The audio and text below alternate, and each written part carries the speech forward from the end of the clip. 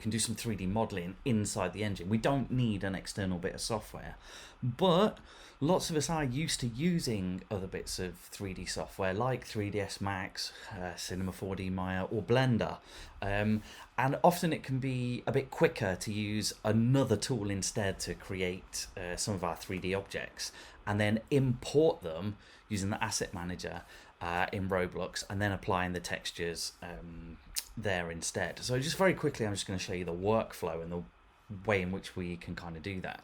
I'm just starting afresh with a brand new Blender file. I'm just going to scale this cube up just a little bit. I think I'm going to duplicate it, press enter. That's just 2 copies of the same cube. I'll add a modifier, wireframe, maybe make it a bit thicker.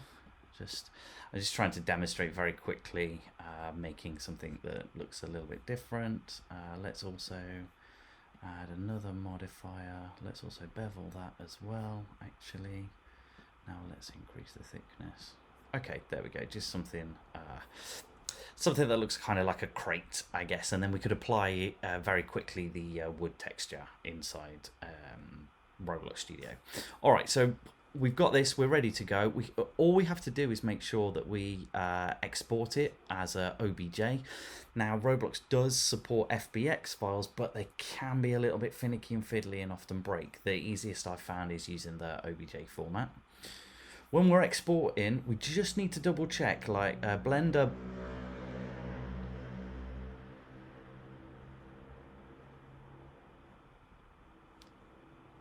We just need to double check when we're exporting Blender. It includes the OBJ objects. We don't want to tick the OBJ group, so just make sure it's this top one that is ticked, and we leave everything else as is, and we can just export the OBJ file. We can come over into our Roblox Studio, and what we're looking for is the asset manager. Now, it may not be visible, so let's just make sure we go into View, and above the toolbox we can click Asset Manager, and that's going to bring this up as a new tab. Okay, this is where we can store images within our own game, so we can import images that we can use as textures, meshes, and even putting in our own audio files as well. Although one thing I will talk about is, if we are going to include audio files, is that you must make sure they're copyright free, or you have the ability to use them. Every time a game is uploaded containing anything with audio, and even images as well, they are moderated and checked, and if your game is found to have any kind of copyrightable content, or you're trying to use logos or somebody else's work, your account will be put on hold. Not only will your game that you are creating be put on hold, you yourself, your account will be put on hold, and you won't be able to play or create. Okay, so be very, very careful. That said, we've just created something very quickly in Blender. It belongs to us, so it shouldn't be a problem. We're going to come into meshes and double click, and at the moment there are no meshes found. So we're going to click the bulk import uploader. We're going to find our object.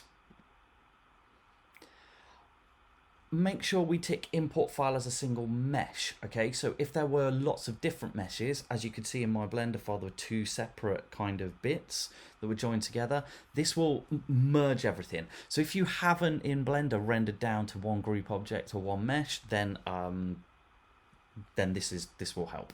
We can click apply. Long as it imports it in, it's not a problem. We should see a green tick. Job done. We can close that down, close down the importer, and now we can see that here is our object. We can right click and we can say insert, and that will put it right bang in the center. Let's just move and lift that up just so that we can see it. Okay, and as you can see, there it is, scaled perfectly to our world, and the same as any other object now in Roblox. We can make sure that this has come in. It's meshes / wire cube, but it's basically a part, same as before. It has its own ID because it's part of our game, but we can now change the color if we so wish, exactly as we would before. And we can also allocate a material. Let's put some wood planks on it, shall we? Let's do some wood planks. Now I can see and pick a nice colour. Brick, okay. There we go.